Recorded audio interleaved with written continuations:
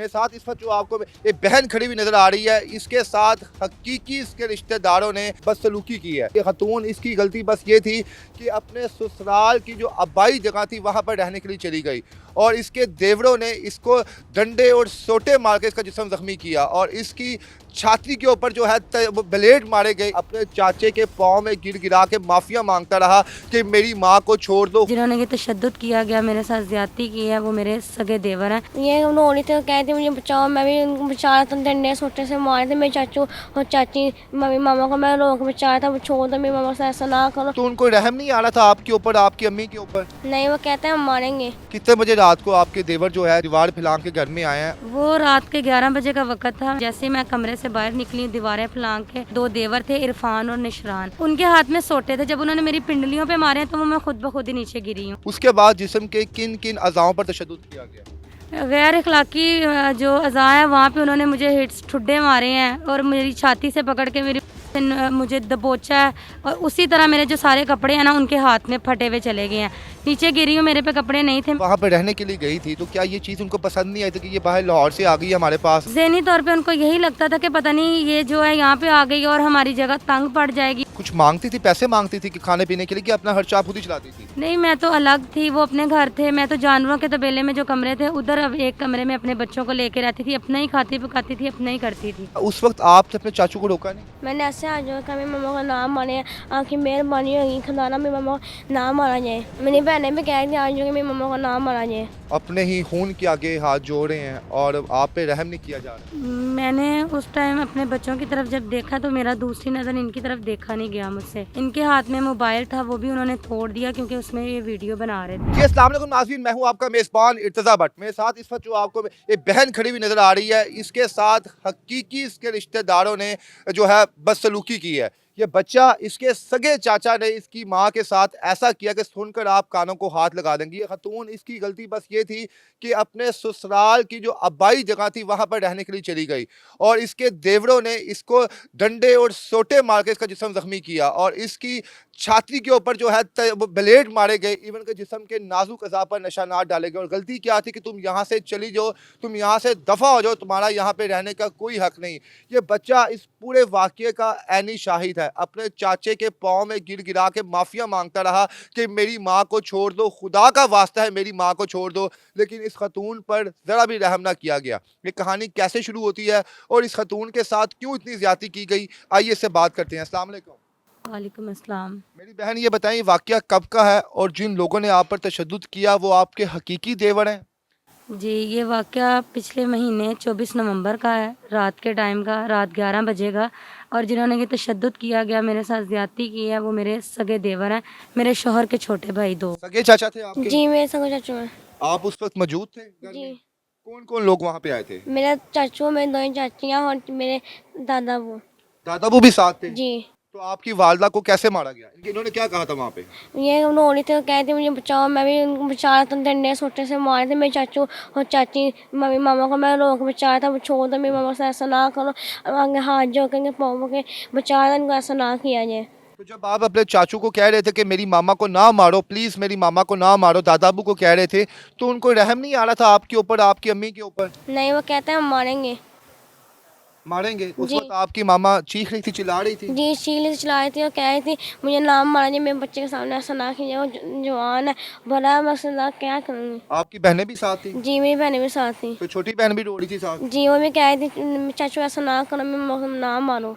मेरी बहन, ऐसी क्या गलती आपसे हो गई थी? आपने क्या ऐसा उन्हें बुरा भला कह दिया था कि वो लोग, उन लोगों ने आप पर इतना तशद्दुद किया? वो तो वक़्त ही भाई रात का था, हम लोग सो रहे थे, रात के 11 बजे, छोटा सा कस्बा, वहाँ लोग जल्दी सो जाते हैं। हम लोग बाहर वॉशरूम के लिए निकले हैं, वो कहीं पहले से ही वहाँ पे प्लान करके मौजूद थे।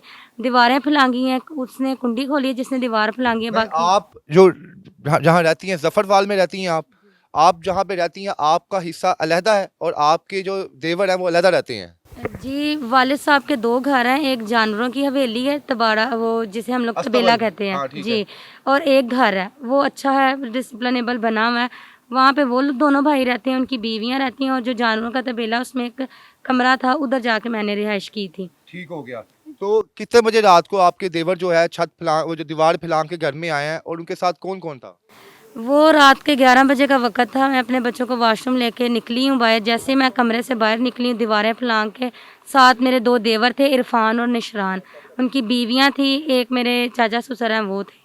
अच्छा, हल्फन कह रही हैं ऐसा हुआ है, उनके बहुत से लोग, जब आपका एक इंटरव्यू पहले ज़फ़रवाल में किसी सहाफ़ी ने किया है, तो कमेंट्स में लोग नीचे कह रहे हैं कि जनाब ये खातून झूठ बोल रही है, ये हम पे इल्ज़ाम लगा रही है। आपकी सगी औलाद इस वक्त आपके साथ मौजूद है, आप हल्फन जो बात कह रही हैं सच कह रही हैं? मैं हल्फन की बात इकरार करती हूँ कि मैंने किसी किस्म का झूठ नहीं बोला, क्योंकि वो कोई गैर नहीं है, वो भी मेरे भाई लगते हैं। मेरे शौहर के भाई या मेरे भाई, उनमें फ़र्क नहीं है। लेकिन उन्होंने इस चीज़ का फ़र्क किया, उन्होंने मेरे साथ ज़्यादती की कि आधी रात को आके मुझे। क्या आपकी पसंद की शादी थी? जी तकरीबन।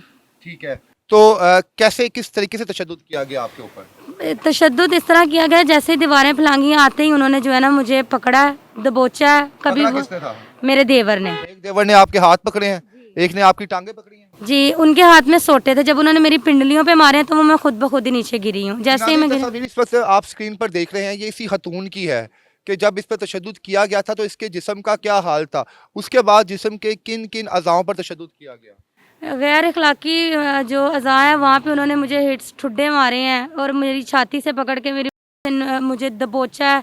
और उसी तरह मेरे जो सारे कपड़े हैं ना उनके हाथ में फटे हुए चले गए हैं।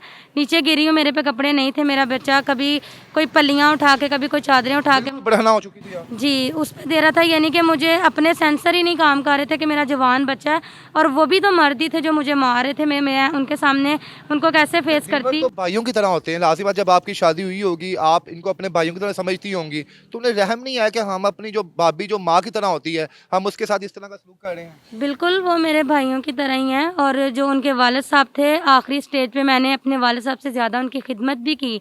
मुझे बड़ी दुआएँ देते हुए वो दुनिया से रुखसत हुए थे।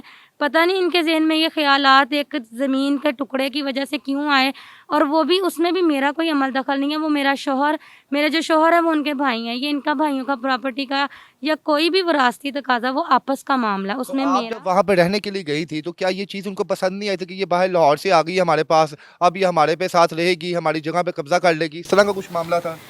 जी, उन ज़हनी तौर पे उनको यही लगता था कि पता नहीं ये जो है यहाँ पे आ गई और हमारी जगह तंग पड़ जाएगी और हम इसे, ये यहाँ पे रहेगी, इसके बच्चे रहेंगे तो तो हमें। आप उनसे कुछ कुछ मांगती थी, पैसे मांगती थी कि खाने पीने के लिए, कि अपना खर्चा आप खुद ही चलाती थी? नहीं, मैं तो अलग थी, वो अपने घर थे। मैं तो जानवरों के तबेले में जो कमरे थे उधर, अब एक कमरे में अपने बच्चों को लेके रहती थी। अपना ही खाती पकाती थी, अपना ही करती थी। उस वक्त आपने अपने चाचू को रोका नहीं? मैंने ऐसे आ जाओ कि मेरी मम्मा का नाम मारे, आखिर मेहरबानी होगी खुदा मेरी मम्मा का नाम मारा जाए। मेरी बहनें भी कह रही थी आज जो कि मेरी मम्मा का नाम मारा जाए। उस वक्त मेरी बहन क्या कैफियत थी कि छोटे छोटे बच्चे आपके अपने ही खून के आगे हाथ जोड़ रहे हैं और आप पे रहम नहीं किया जा रहा? मैंने उस टाइम अपने बच्चों की तरफ जब देखा तो मेरा दूसरी नज़र इनकी तरफ देखा नहीं गया मुझसे। इनके हाथ में मोबाइल था, वो भी उन्होंने तोड़ दिया क्योंकि उसमें ये वीडियो बना रहे थे। तोड़ के वो भी फेंका, और जब ये मुझे बचाने के लिए आगे हो रहा था तो इसको भी मारा उन्होंने। जब इसको मारा तो फिर मैंने खड़े होने की जब कोशिश की तो उसने दोबारा मुझे ठुड्डे और वो उसके हाथ में जो डंडा सा था उसने वो मारा। जब वो मारा तब मैं नीचे गई हूँ। मुझे मेडिकल दोबारा। करवाया आपने? जी, मेडिकल करवाया हुआ है, मेडिकल एप्लीकेशन के साथ लगा हुआ है। तस्वीर भी हैं, जो ऑडियो वीडियो जिसमें ये ललकारे मारते हुए मुझे मार रहे हैं वो भी मौजूद है। वहाँ के आप मुतलका पुलिस स्टेशन में गई हैं, वहाँ पे क्या हुआ है? उन्होंने कुछ बात तो नहीं आपकी? 1 महीने में 30 दिन होते हैं भाई। मैं वहाँ पे 30 के बराबर 60 बार दिन में 2-2 3-3 चक्कर जाती रही हूँ कि खुदारा मेरी बात को सुना जाए, या गाँव उस देहात में आके एसएचओ साहब या डीएसपी साहब एक दफ़ा वकूए की जांच तो करें, लोगों से पूछें तो सही कि वाकई ये लोग ज्यादती करते हैं, उसके साथ जुल्म है या गलत या सही कौन आप है। पे ये इल्ज़ाम भी लगाया जा रहा है, कुछ वीडियो जो आपने इंटरव्यू दिए हैं, कि आप बदचलन हैं, आपका किरदार ठीक नहीं है, आप जानबूझकर जो है अपने ससुराल वालों को जो है सोशल मीडिया पे गंदा कर रही हैं, इस बात में कितनी हकीकत है? जी, मैंने भी वो कमेंट्स पढ़े थे। वो कोई और नहीं है, आप देखेंगे उन कमेंटों में वो सिर्फ मेरे देवर हैं इरफान, उसी के वही कमेंट करता है, सिर्फ इसलिए मेरी किरदार कशी करना चाह रहा है कि ये किसी तरह, अगर हम लोग अब इस तरीके से नहीं तो इसको ज़हनी तौर पे, नफसियाती तौर पे जो है ना इसको टॉर्चर करें ताकि ये इस बात से चुप करके पीछे हट जाए। मैं अभी भी लेटती हूँ ना भैया, तो मेरे पूरे जिस्म में जहाँ जहाँ इन्होंने मारा हुआ है, मेरी छाती पे, मेरी टांगों पे, मेरे कंधे पे, गर्दन पे, वहाँ पे मेरे तकलीफ़ होती है। मेरे बच्चे मुझे दवाइयाँ देते हैं, पेन किलर्स देते हैं, मरहम पट्टी करते हैं। तो मुझे तो खुद समझ नहीं आती कि मेरे साथ आने वाले वक़्त में क्या होगा, क्योंकि अभी तक इतनी ज़्यादती और जुल्म की कोई सुनवाई नहीं जनाब, हुई। इस बच्चे को देखें आप, इसका क्या कसूर है? देखें, इससे तो नहीं पता था कि ये जो मेरे सामने जो शख्स खड़ा हुआ है, जो मेरा चाचू है, वो इतना संगदिल हो सकता है कि वो मेरी माँ के साथ ही ऐसा सलूक करेगा। माँ इनकी बरहना वहाँ पे नीचे लेटी हुई थी, कोई शख्स वहाँ पे इंसान नहीं था, सब वहाँ पे जानवर थे। और ये बच्चे अपनी माँ की इज्जत बचा रहे थे, कोई कपड़ा डाल रहा था, कोई चादर डाल रहा था, और माँ अपने बच्चों को बेबस आंखों से देख रही थी इस वक्त कि मेरे बच्चों के सामने मेरे साथ क्या सलूक किया जा रहा है। अगर तो ये वाकया मनोवन ऐसा ही हुआ है जैसे ये मेरी बहन बयान कर रही है, तो इन तमाम जानवरों को इबरतनाक सज़ा देनी चाहिए, ताकि इन्हें अंदाज़ा हो कि जब किसी बच्चे के सामने माँ के साथ ऐसा सलूक किया जाता है तो उस पर क्या बीत रही होती है। मेरी बहन, आखिर में आप क्या कहना चाहेंगी, क्या रिक्वेस्ट करेंगी आप? मैं सीएम मरियम नवाज साहबा से हाथ जोड़ के इस बात की अपील करती हूँ कि खुदारा मुझे और मेरे बच्चों को महफूज इस तरह के दिया जाए, या उनको कानूनी तौर पे इस तरह की सज़ा दी जाए जिस सज़ा के वो हकदार हैं। मेरे साथ कोई भी किसी किस्म की ऐबी नैबी या कोई इस तरह के मामलात आप सोशल मीडिया देखते हैं, आप भी सुनते हैं कि कई बहू जला के काट के फेंक दिया जाता है। तो अदारे वाले तब इस बात पे जाके सुनेंगे, कब हमारी ये फरियाद को अच्छा, आप सुनेंगे। क्या समझती हैं, अगर आपने पसंद की शादी ना की होती उनके भाई ने, जो आपके देवर हैं, तो आपके साथ शायद ऐसा सलूक ना होता, क्योंकि दो बाप की भाभियां जो हैं वो आपस में प्यार मोहब्बत से रह रही हैं।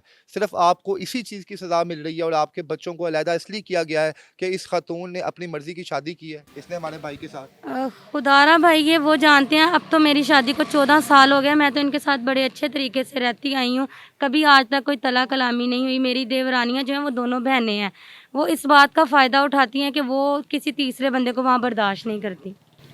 जी नाज़रीन, कहानी हमने आपके सामने रखी है और इस वीडियो को आप मैक्सिमम शेयर करें। आप यकीनन लड़ाई होती है, हर घर में होती है, लेकिन इस तरह की खौफनाक लड़ाई हमने पहली दफ़ा देखी है, जिसमें बदबख्त ख़वातीन, जिन्हें शायद उन्हें तो एहसास होता है कि औरत के जो प्राइवेट पार्ट्स होती हैं उनकी कितनी इज्जत होती है, अपने हामनों के साथ मिलकर इस खातून को बरहना किया गया और बच्चा पास हाथ जोड़ के माफ़िया मांग रहा था, लेकिन उन्हें ज़रा भी रहम ना आया। मेरी गुजारिश है आला इदारों से कि इस केस पर नोटिस लिया जाए और इन तमाम मुल्ज़मान को कैफ़रे किरदार तक पहुँचाया जाए। इसके साथ ही इजाज़त दें, अल्लाह हाफ़िज़।